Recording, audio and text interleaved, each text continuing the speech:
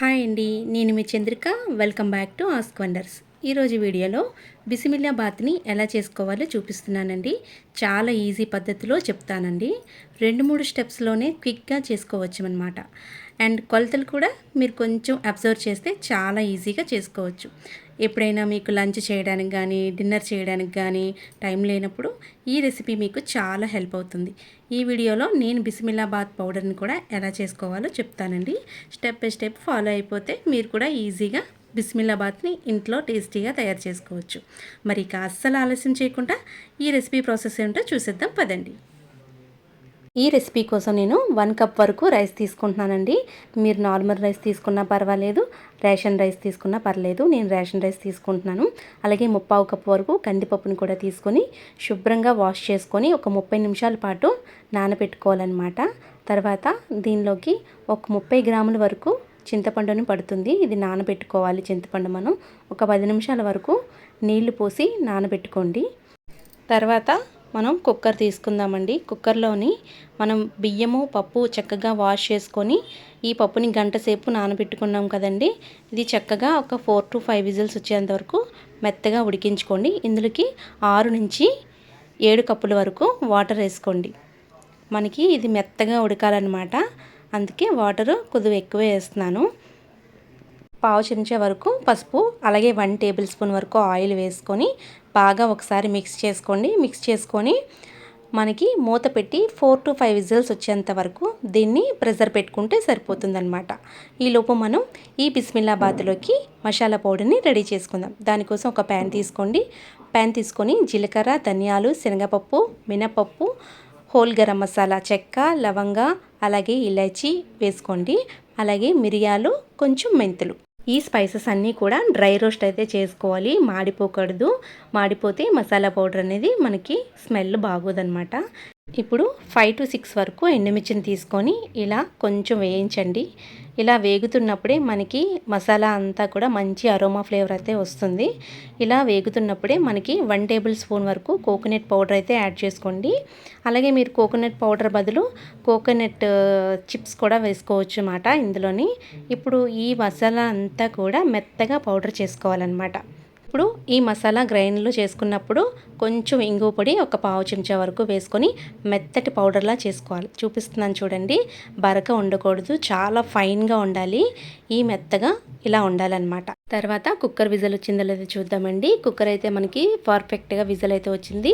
ఇది కూల్ అయ్యేంత వరకు పక్కన పెట్టేసుకోండి. తర్వాత ఈ బిస్మిల్లాబాత్ కోసం ఒక పాట్ అయితే తీసుకున్నాను నేను.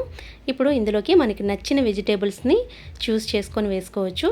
నేనైతే ములంకాడ, క్యారెట్, క్యాప్సికమ్, బంగాళదుంప, అలాగే టమాటో, ఆనపకాయ ముక్కలు వేస్తున్నాను. అలాగే ఉల్లిపాయలు కూడా వేస్తున్నాను. చిన్న ఉల్లిపాయలు వేసుకోండి. ఈ బిస్మిల్లాబాత్కి ఈ ఉల్లిపాయలు మంచి టేస్ట్ ఉంటుందన్నమాట. ఇందులోకి 2 గ్లాసుల వరకు వాటర్ యాడ్ చేసుకొని, అలాగే రుచికి సరిపడగా ఉప్పు కూడా యాడ్ చేసుకొని ఒక 10 నిమిషాల పాటైనా మీరు ఉడికించుకోవాలి. ఒకసారి బాగా మిక్స్ చేసుకొని ఈ కూరగాయ ముక్కలన్నీ కూడా ఒక 70% వరకు ఈ కూరగాయ ముక్కలు అనేది ఉడికిపోవాలండి. ఇక్కడే మనకి 70% ఉడికిన తర్వాత మిగతా ప్రాసెస్ అయితే చేసుకుందాం ఇందులోని. ఇప్పుడు మూత పెట్టి 10 నిమిషాల వరకు ఉడికించుకుంటే సరిపోతుంది. ఇప్పుడు మీకు మూత తీసి చూపిస్తున్నాను. కూరగాయ ముక్కలు అయితే 70% చక్కగా ఉడికిపోయండి. చూపిస్తున్నాను చూడండి. ఈ విధంగా ఉడికిపోతే సరిపోతుందన్నమాట. కట్ చేసి చూపిస్తున్నాను. పర్ఫెక్ట్గా మనకి కూరగాయ ముక్కలు అనేది ఉడికిపోయింది. ఇప్పుడు ఇందులోకి మనం ముందుగా గ్రైండ్ చేసి పెట్టుకున్న పౌడర్ని యాడ్ చేసుకుంటే సరిపోతుందన్నమాట. మొత్తం పౌడర్ అంతా కూడా మనకి ఈ బిస్మిల్లాబాత్కి సరిపోతుంది. ముందుగా మనం చింతపండు నానబెట్టుకున్న గుజ్జును కూడా ఈ స్టేజ్లో వేసేస్తే బాగా మనకి కూరగాయ ముక్కలకి బాగా పడుతుందన్నమాట. మసాలా ఈ చింతపండు పులుపు చక్కగా ఒక 5 మినిట్స్ వరకు ఉడికించుకుంటే సరిపోతుంది. మూత పెట్టి 5 మినిట్స్ వరకు ఉడకనివ్వండి. తర్వాత కుక్కర్ తీసి చూద్దామండి. మనకి అన్నం పప్పు ఎంతవరకు ఉడికాయో చూపిస్తున్నాను.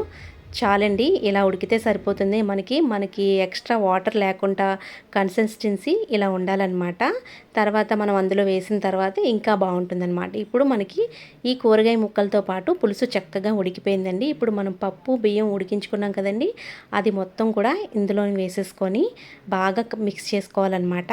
ఈ కూరగాయ ముక్కలతో పాటు అన్నాన్ని కూడా చక్కగా కలుపుకోండి. మంచి గ్రేవీ తగ్గట్టు చూసుకొని, కన్సిస్టెన్సీ చూసుకొని వేడి వేడి వాటర్ యాడ్ చేసుకోండి ఇక్కడే. ఇది మనం 6 మెంబర్స్ వరకు మనకి డిష్ అవుట్ చేసుకుంటే బాగుంటుంది.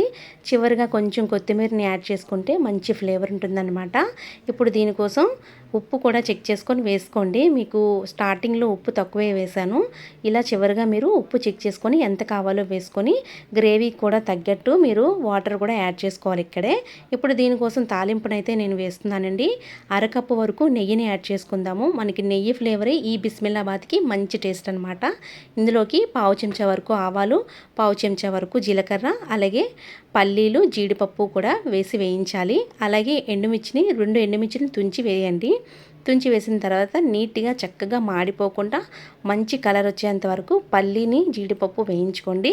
మనకి పర్ఫెక్ట్గా వేగిపోయి ఇందులోకి కొంచెం ఇంగువ పొడి పావు చెంచా వేసాను. అలాగే కొంచెం కరివేపాకు వేసి బాగా ఒకసారి చిట్పట్లాడేలాగా వేయించండి. ఇప్పుడు ఫైనల్గా ఈ బిస్మిల్లాబాద్లోకి ఈ తాలింపునంతా వేసేసి ఒక్కసారి కలిపేసి డిష్ అవుట్ చేస్తే చాలా చాలా బాగుంటుంది. ఒకసారి నేను చెప్పినట్టు ట్రై చేయండి. మళ్ళీ మళ్ళీ ఇలాగే చేసుకొని తింటారు. చాలా బాగుంటుంది బిస్మిల్లాబాత్. డెఫినెట్గా మీకు నచ్చుతుంది. టమ్మీ ఫుల్ అవుతుందన్నమాట. ఈ వీడియో మీకు నచ్చినట్టయితే లైక్ చేయండి, షేర్ చేయండి. మీ అమూల్యమైన ఫీడ్బ్యాక్ని కామెంట్ సెక్షన్లో కామెంట్ చేయండి. మరిన్ని వీడియోస్ కోసం మా ఛానల్ని సబ్స్క్రైబ్ చేయండి. Thank you for all.